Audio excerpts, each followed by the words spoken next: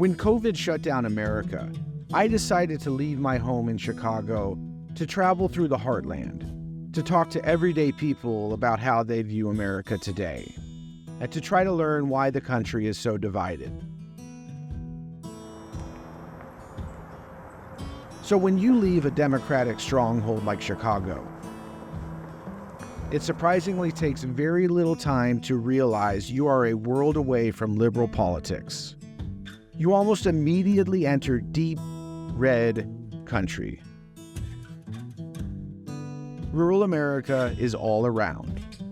Any city under 50,000 people qualifies as rural, but mostly it's wide open spaces.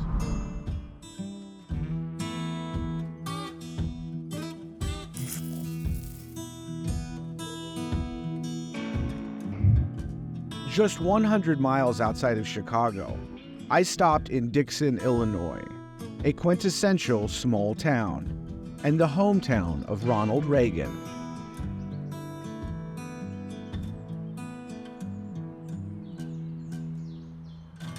This is it. I think there's about 20,000 people a year, at least that's what it was, that were coming here to see, Reagan's boyhood home, where Reagan grew up. He's got very fond memories of Dixon and growing up here and serving as a lifeguard out at Lowell Park.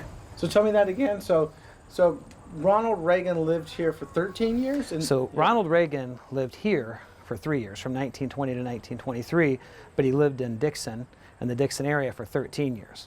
So he moved here when he was 9 years old. At the age of 16, he became a lifeguard at Lowell Park, and that's where he's credited for saving 77 lives.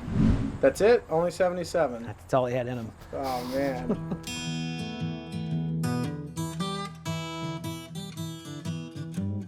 While Donald Trump may lay claim to make America great again, it was Ronald Reagan who first coined the phrase. We'll restore hope and we'll welcome them into a great national crusade to make America great again. Oh, there it is. I thought you would have all gone. I'm sorry to have kept you all waiting here. I guess you could say Reagan and Trump share the same political DNA. Because to get to the presidency, you have to connect with the rural voter, who often feel unseen and unheard. Except, of course, when politicians come around to ask for their vote during election season. Dixon is a heavy Republican area in a big Republican county, and so there's a lot of pride here when it comes to Reagan and preserving his legacy. Ronald Reagan would be incredibly proud of the town we have in the areas of economic development, continuing to grow Dixon as a destination. He'd be incredibly proud of what he sees in Dixon today. For a small town to thrive in the modern world, they will need a specific recipe for success. Proximity to a large metropolis, in this case Chicago.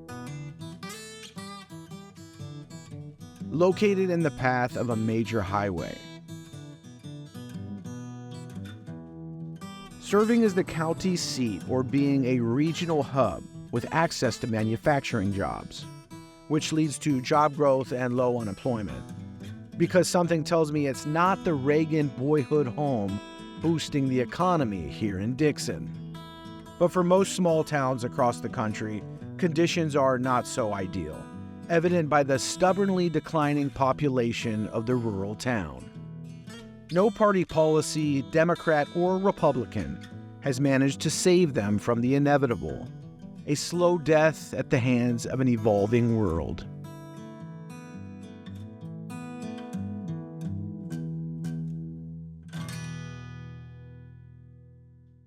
Has America forgotten about those towns in a lot of ways? I think America has forgotten about those towns in a lot of ways. You just look at Illinois and all the decisions that are based on Chicago. Chicago makes up 90–95% of the state's population. It makes up about less than 10% of the geography. And so many decisions are being based on what's best for Chicago and necessarily not what's best for Illinois. Overall, small towns, they're really struggling. You're seeing aging populations. You're seeing lack of adequate workforce for the jobs that are there, and you're seeing lack of access to technology that would allow some of these tech companies, right, and some of these other industries, non-tech, to be able to move into those kinds of communities. And so I think that rural America does get left out, they do get forgotten. And that's why we got to make sure that we continue to have our voice and we continue to create our own futures. Time has proven that communities must adapt or be left behind. Some things die hard in America, and the Reagan legacy lives on in Republican lore as an everlasting beacon of the good old days, which didn't surprise me. But the one thing I've seen thus far that you would never see back home in Chicago, but seems strangely appropriate here, a Trump flag.